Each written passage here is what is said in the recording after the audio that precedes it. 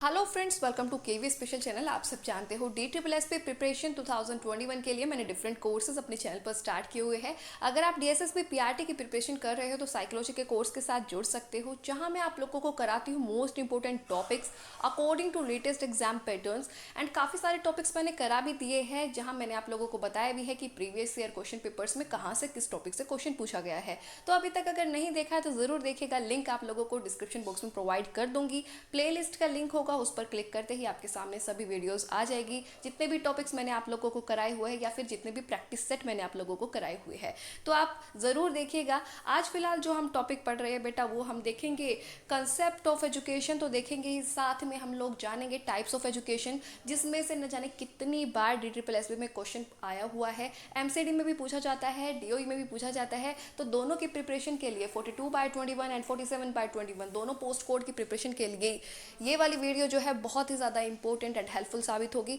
आइए देखते हैं first topic, concept and meaning of education. जानते हैं कि जो एजुकेशन है, शिक्षा है, उसका कंसेप्ट क्या है, उसका मतलब क्या है और कहाँ कहाँ से क्वेश्चन आते हैं ना। टॉपिक पढ़ाऊंगी ना, साथ में बताती हुई चलूंगी। स्क्रीन पर आप लोग देख सकते हो most important topic, concept and meaning of education. शिक्षा का मतलब क्या है, कंसेप्ट क्या है, उसके बारे में जानेंगे, जहां से अक्सर काफ़ी सारे क्वेश्चंस देखने को मिल जाते हैं। जैसे एजुकेशन जो है वो किस भाषा के शब्द से डिराइव हुआ है, एडुकेयर, एडुसिर या फिर एडुकेटम का मीनिंग क्या है, जो नैरो मीनिंग ऑफ एजुकेशन है वो किस चीज़ को रेफर करता है, ब्रॉडर मीनिंग ऑफ एजुकेशन है वो किस चीज़ को रेफर करता है। तो तमाम चीज़ें हैं जहाँ से क्वेश्चन बनते हैं। एक एक करके हम सब चीज़ों को डिस्कस करते हुए चलेंगे, आप लोगों के सारे कंसेप्ट क्लियर करे जाएंगे। ठीक है, तो देखिए, द टर्म एजुकेशन जो है, एजुकेशन जो टर्म है वो डिराइव हुई है लेटिन वर्ड से। सबसे पहली चीज़ तो यही आप लोगों को पता होनी चाहिए। कौन कौन से शब्दों से?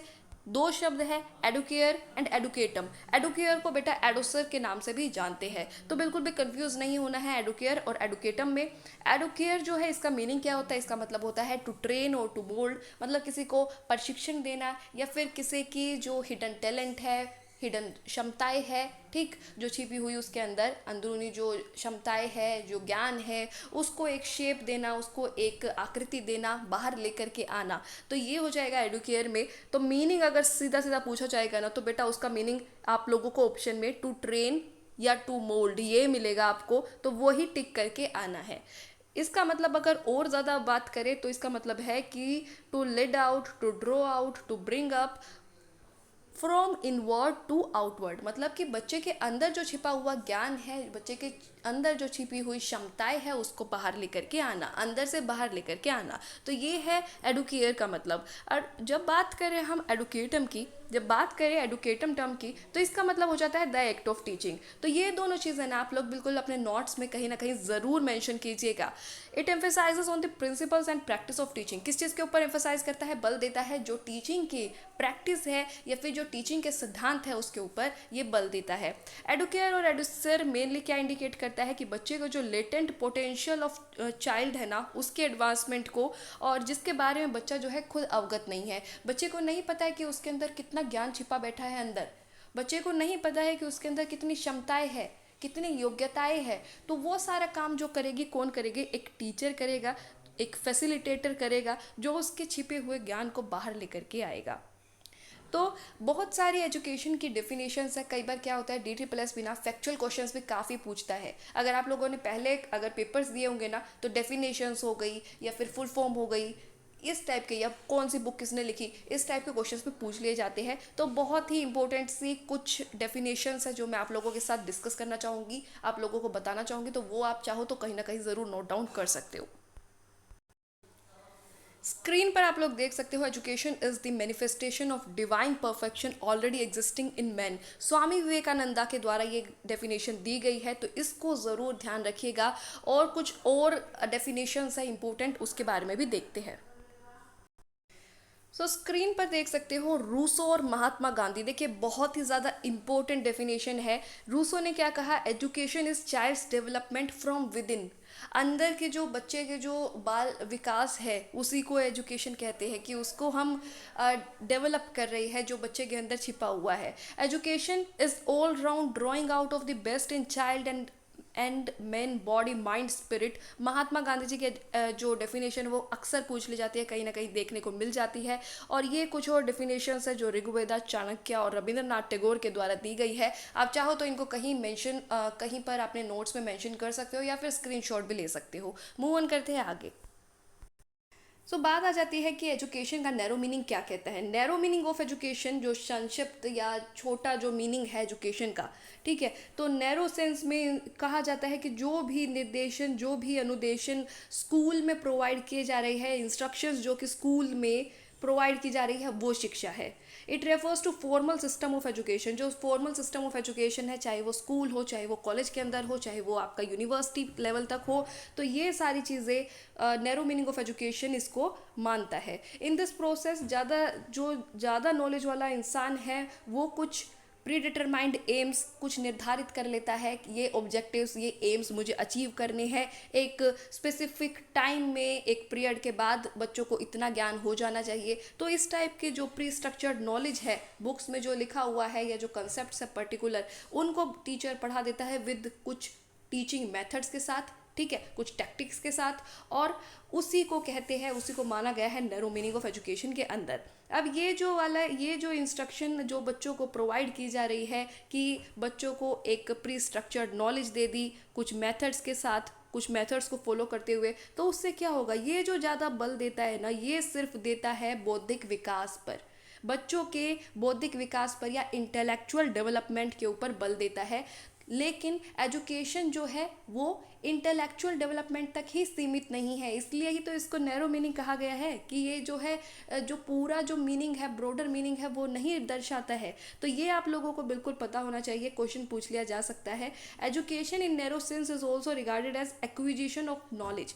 ये अगर पूछ लिया जाए कि क्या रेफर करता है, तो ये भी आप लोगों को पता होना चाहिए कि एजुकेशन को समझा जाता है कि ज्ञान को अर्जित करना ही एजुकेशन है, ज्ञान को अर्जित करना ही शिक्षा है। According to it, education is a process by which knowledge और information on a subject is acquired. कोई भी नॉलेज या इन्फॉर्मेशन किसी भी मुद्दे पर, कोई भी विषय वस्तु है, उसकी हमने एक्वायर कर ली तो वो एजुकेशन हो गई। लेकिन ये वाला जो आइडिया है, इसको क्रिटिसाइज किया जाता है, इसकी आलोचना की जाती है, क्योंकि ये सिर्फ इंटेलेक्चुअल डेवलपमेंट पर ही फोकस करता है। Acquisition of knowledge is not the only or supreme aim of education, yet it is one of the important aims of education। तो मेन बात यही आ जाती है कि नॉलेज को एक्विजिशन करना, ज्ञान को अर्जित करना एक हिस्सा हो सकता है, एक एम ऑफ एजुकेशन का एक पार्ट हो सकता है, लेकिन पूरा एजुकेशन का मतलब यही हो ऐसा नहीं है। अब जानते हैं ब्रॉडर मीनिंग ऑफ एजुकेशन क्या कहता है। तो ब्रॉडर मीनिंग ऑफ एजुकेशन के बारे में स्क्रीन पर आप लोग देख सकते हो। ब्रॉडर सेंस में अगर बात करें तो अक्सर पूछ लिया जाता है कि broader of meaning of education refers to, तो it refers to total development of human personality. किसी बच्चे के व्यक्तित्व का जो संपूर्ण या सर्वांगीण विकास होता है, वो आ जाता है ब्रॉडर मीनिंग ऑफ एजुकेशन में। एजुकेशन इन ब्रॉडर सेंस, इसके अंदर सभी वो अनुभव शामिल हो जाते हैं जो बच्चे के थ्रू आउट द लाइफ चलते हैं। ये सिर्फ फॉर्मल एजुकेशन सेटिंग में नहीं है कि चार दीवारी के अंदर, स्कूल के अंदर या कॉलेज के अंदर या यूनिवर्सिटी के अंदर ही एजुकेशन होगी। जितने भी एक्सपीरियंसेस लाइफ लॉन्ग तक बच्चा एक्वायर करे जा रहा है, ठीक है, तो वो सारी चीज़ें एजुकेशन के अंदर शामिल होती है। Education is not just passing the information and communicate things included in a curriculum. तो यही बात यहीं पर कही गई है कि एजुकेशन सिर्फ ये नहीं है कि बच्चों ने इंफॉर्मेशन को रिसीव किया या बच्चों को जो है इंफॉर्मेशन ट्रांसलेट कर दी टीचर ने जो भी करिकुलम में है, तो इससे ज़्यादा है, क्या है कि total development of human personality is the broader meaning of education या ब्रॉडर एम ऑफ एजुकेशन आप लोग कह सकते हो।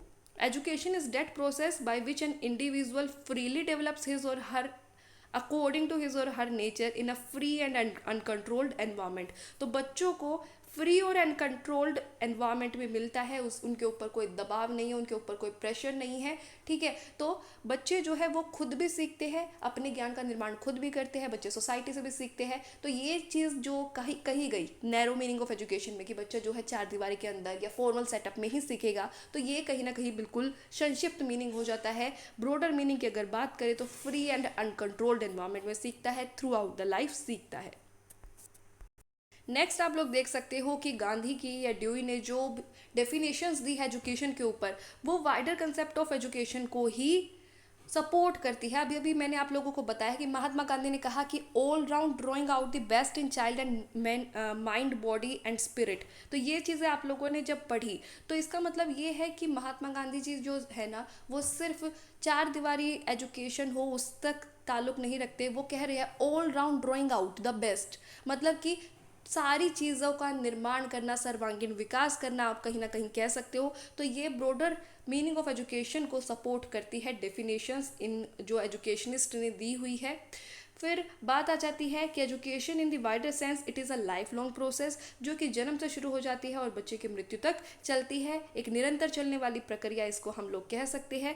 ब्रॉडर मीनिंग ऑफ एजुकेशन जो है बेटा, वो सिर्फ और सिर्फ क्लासरूम तक या फिर एक पर्टिकुलर पीरियड ऑफ लाइफ, जैसे कहा गया कि बच्चे जो है 18 वर्ष तक स्कूल में रहते हैं तो इसको, या फिर बच्चे जो है कॉलेज 22-23 साल तक कर लिया तो इतनी ही टाइम तक एजुकेशन चलती है। तो ये सारे कंसेप्ट जो है इसको खारिज करती है, इसको गलत साबित करती है, क्योंकि एजुकेशन जो है वो निरंतर चलने वाली प्रक्रिया है, वो कभी ना रुकने वाली प्रक्रिया है। तो जितने भी अनुभव जीवन में एक इंडिविजुअल गेन करता है अपनी फैमिली के साथ अंतःक्रिया करके, अपने फ्रेंड, पीयर्स, ठीक है, playmates, environment, club member, social gathering, culture, festivals, teacher, mentors, जितने भी पर्सन उनकी बिहेवियर को, उनकी पर्सनैलिटी को शेप करते हैं, एक आकृति प्रदान करते हैं, तो वो सारी चीज़ें सम्मिलित हो जाती है ब्रॉडर मीनिंग ऑफ एजुकेशन में। आशा करती हूँ कि मीनिंग से नैरो मीनिंग हो गया, ब्रॉडर मीनिंग हो गया, कंसेप्ट ऑफ एजुकेशन हो गया, इनमें से अगर कोई भी क्वेश्चन आप लोगों को मिलता है ना, आप लोग झट से उसका आंसर ज़रूर करोगे विद 100% एक्यूरेसी।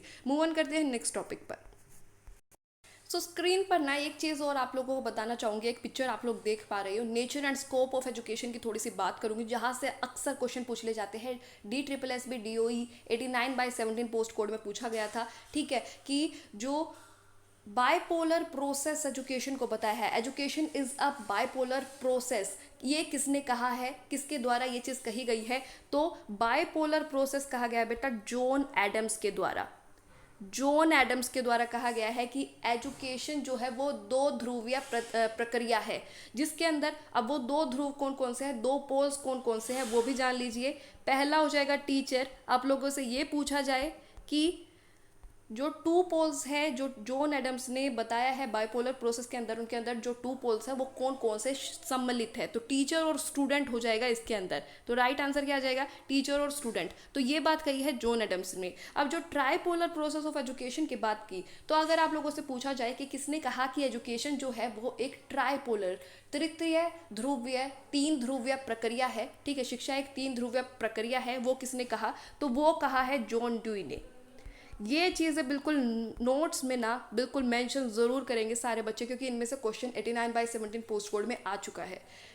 तो जॉन ड्यूई ने कहा है कि एजुकेशन जो है वो एक ट्राइपोलर प्रोसेस ऑफ एजुकेशन है। स्क्रीन पर आप लोग देख सकते हो अब वो तीन ध्रुव कौन कौन से हैं, तीन पोल कौन कौन से हैं, तो चाइल्ड, सोसाइटी, टीचर, ये तीन चीज़ें इसके अंदर शामिल हो जाएगी। अब कहीं पर क्या होता है कि सोसाइटी की जगह एनवायरमेंट भी लिखा मिलता है, एनवायरमेंट भी लिख देते हैं और एनवायरमेंट के अंदर करिकुलम भी लिख देते हैं।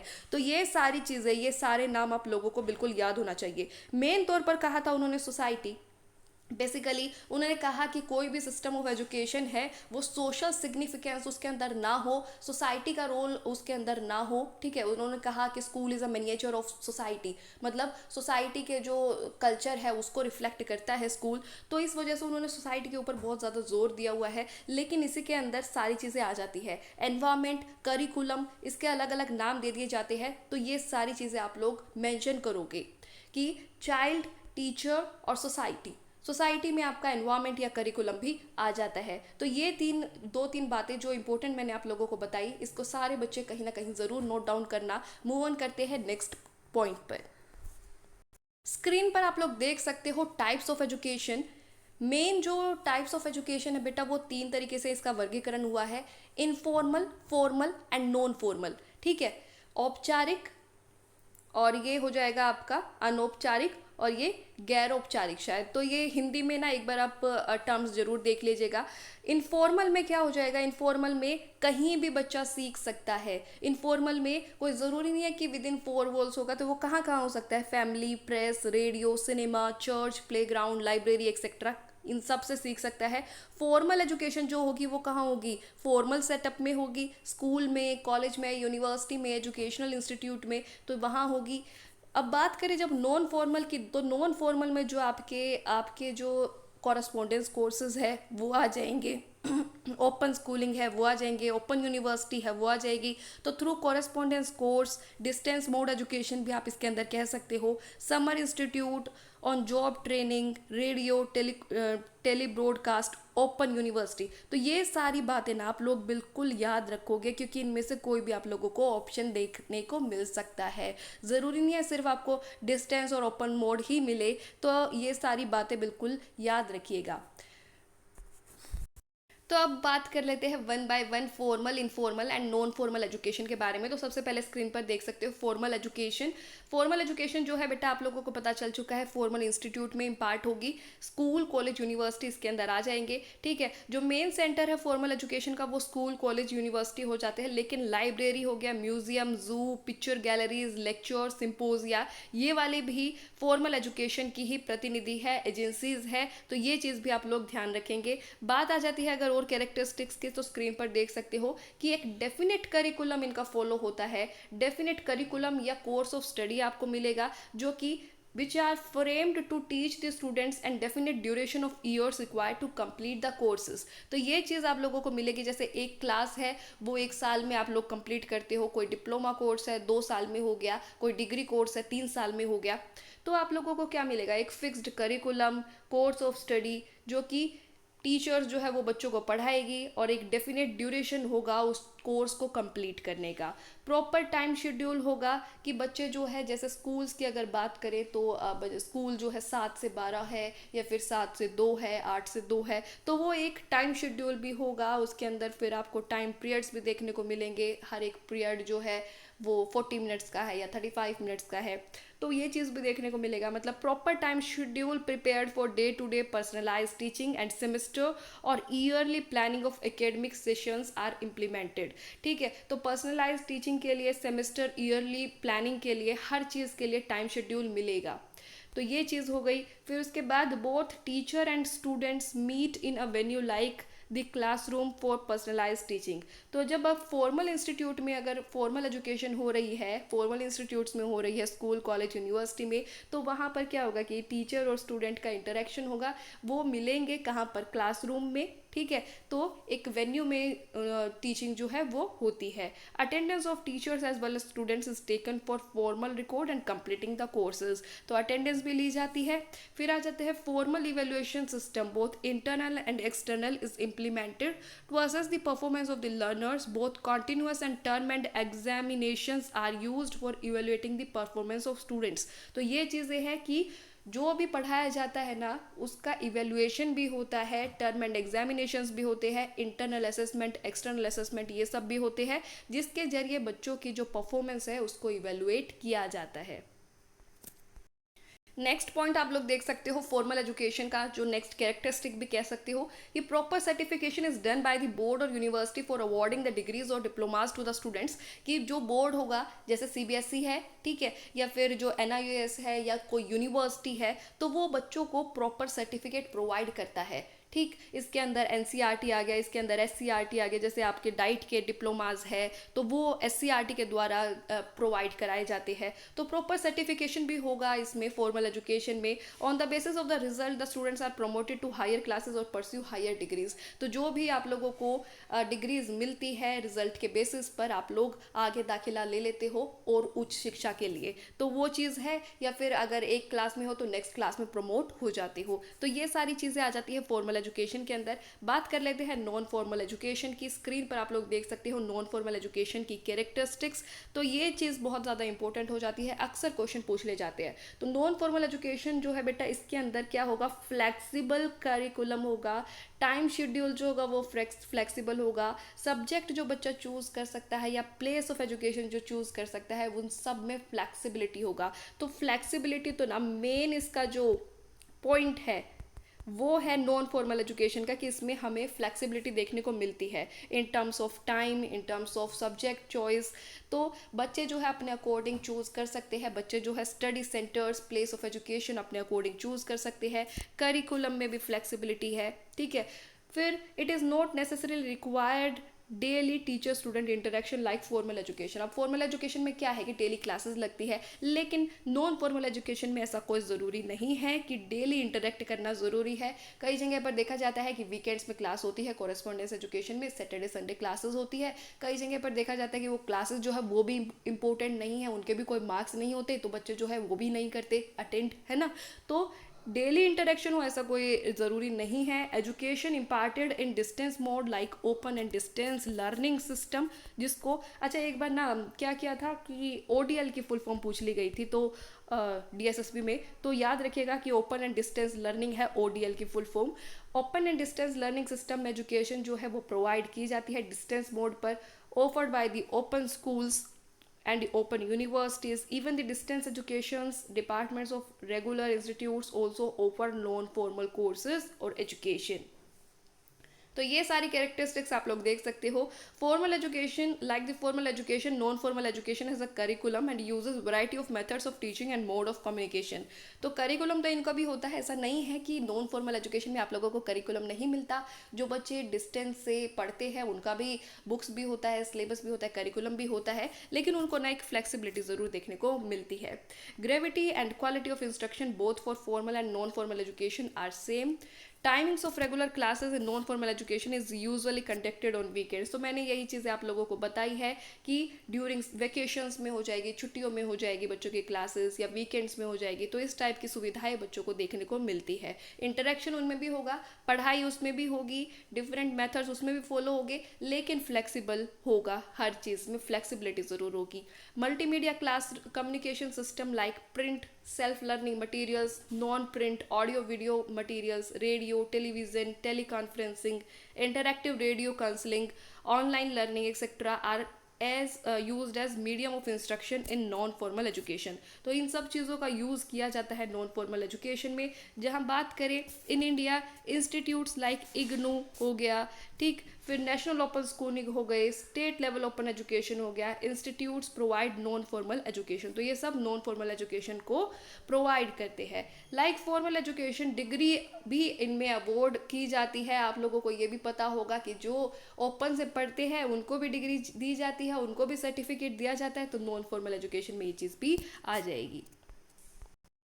सो नेक्स्ट जो बचा इनफॉर्मल एजुकेशन। तो इनफॉर्मल एजुकेशन की अगर बात करूँ, अनौपचारिक शिक्षा की अगर बात करूँ, तो बेटा इसको नेचुरल या फिर इंसिडेंटल एजुकेशन कहा जाता है, ठीक है। तो कई बार क्वेश्चन पूछ लिया जाता है कि another name of informal education, इसको और किस नाम से जाना जाता है। तो नेचुरल या इंसिडेंटल एजुकेशन इसको कहा जाता है कि इंसिडेंटली हम इसको सीख लेते हैं, कोई फॉर्मल या नॉन फॉर्मल इंस्टीट्यूट की इसमें ज़रूरत नहीं होती। For informal education, there is no need of any curriculum, methods, teaching, teacher mentors and place of teaching. तो इसमें से हमें किसी की भी ज़रूरत नहीं है। ये क्या शिक्षा है कि हम लोग अपने एनवायरमेंट में, सोसाइटी में एक्सपीरियंसेस से, खुद के एक्सपीरियंस हो, दूसरों के एक्सपीरियंस हो, सोसाइटी में हम डील कर रहे हैं, बात कर रहे हैं, तब हमने सीख लिया, तो वो सारी एजुकेशन इस पर आ जाएगी। ये लाइफ लॉन्ग चलती रहती है प्रक्रिया, कोई एक समय सीमा नहीं है, कोई एक दायरा नहीं है।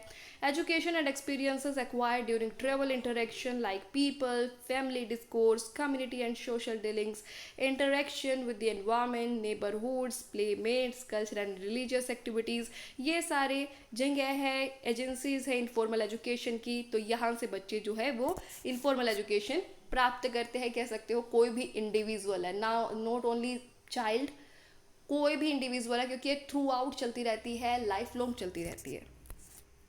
तो बात करें और अदर कैरेक्टरिस्टिक्स की, तो बेटा इनफॉर्मल एजुकेशन जो है वो फॉर्मल और नॉन फॉर्मल एजुकेशन दोनों को सपोर्ट ज़रूर करती है। ये अलग ज़रूर है प्रक्रिया, लेकिन सपोर्ट ज़रूर करेगी, ठीक है। क्योंकि फॉर्मल एजुकेशन में हो या फिर नॉन फॉर्मल एजुकेशन में हो, साइड बाय साइड जो है हमारी इनफॉर्मल एजुकेशन भी चलती रहती है। एक्सपीरियंसेस के ज़रिए हम सीखते रहते हैं, खुद के एक्सपीरियंसेस के ज़रिए भी, दूसरों के एक्सपीरियंसेस के ज़रिए भी, है ना। और इंटरेक्ट करते रहते हैं फैमिली के साथ, प्रेस के साथ, radio, cinema, church, playground, library, जितनी भी एजेंसीज हैं उन सब के साथ इंटरेक्ट करते हैं। फिर बात आ जाती है नेक्स्ट की, भाई इसके अंदर हमें कोई भी डिग्री या डिप्लोमा नहीं मिलता है। ये जो क्या करता है, it simply enriches by filling the gaps of formal and non formal education. जो फॉर्मल और नॉन फॉर्मल एजुकेशन में गैप आ गए है उसको फिल करने का काम करता है। हमारी जो बुद्धि है उसका और ज़्यादा विकास करने का कार्य करता है, ठीक है। एक्सपीरियंसेस हमारे बढ़ते हैं। इनफॉर्मल एजुकेशन के अंदर कौन कौन सी एक्टिविटीज़ आ सकती है, जैसे storytelling, group discussion, reading book on your interest, listening to radio broadcasting, TV programme, zoo, educational fair, scientific exhibition, lecture, conferences, ये सब तो है ही। साथ में सोसाइटी में जितनी भी एजेंसीज सारी इसके अंदर आ जाती है, ठीक है। बाहर आप कोई भी चीज़ सीख रहे हो वो सारी चीज़ें इसके अंदर शामिल हो जाती है। तो ये था formal, informal and non formal education के बीच का डिफरेंस। आशा करती हूँ आप लोगों को अच्छे से क्लियर हो गया होगा, और कोशिश की गई है कि पूरा आप लोगों को डिटेल जो नॉलेज है ना वो आपको प्रोवाइड कराई जाए। अगर वीडियो पसंद आए तो लाइक ज़रूर कीजिएगा, ज़्यादा से ज़्यादा शेयर ज़रूर कीजिएगा। अगर कोई सजेशन हो या कोई डाउट हो तो कमेंट बॉक्स में बिल्कुल पूछ सकते हो, मैं रिप्लाई ज़रूर करूँगी। आपने वीडियो देखी उसके लिए thank you so much, and all the best for your future.